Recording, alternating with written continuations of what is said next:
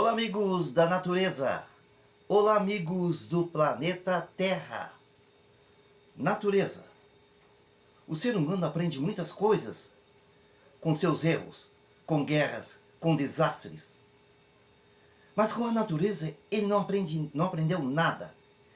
Continua destruindo o seu meio ambiente, o seu planeta.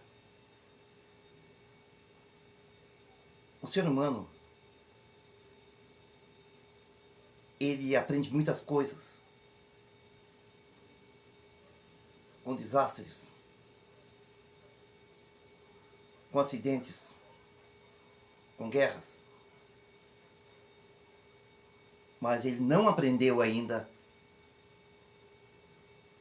a conviver pacificamente com o seu meio ambiente e proteger o seu meio ambiente. Proteger a natureza, proteger o seu planeta, que é único no universo. Não existe outro planeta conhecido com vida, pelo menos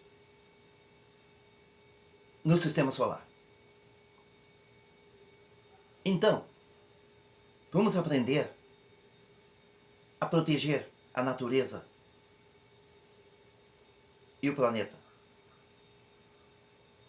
Já não jogando lixo nas ruas, no seu meio ambiente, já é um começo. Um grande abraço a todos e até a próxima, amigos do planeta Terra e da natureza. Até a próxima, amigos!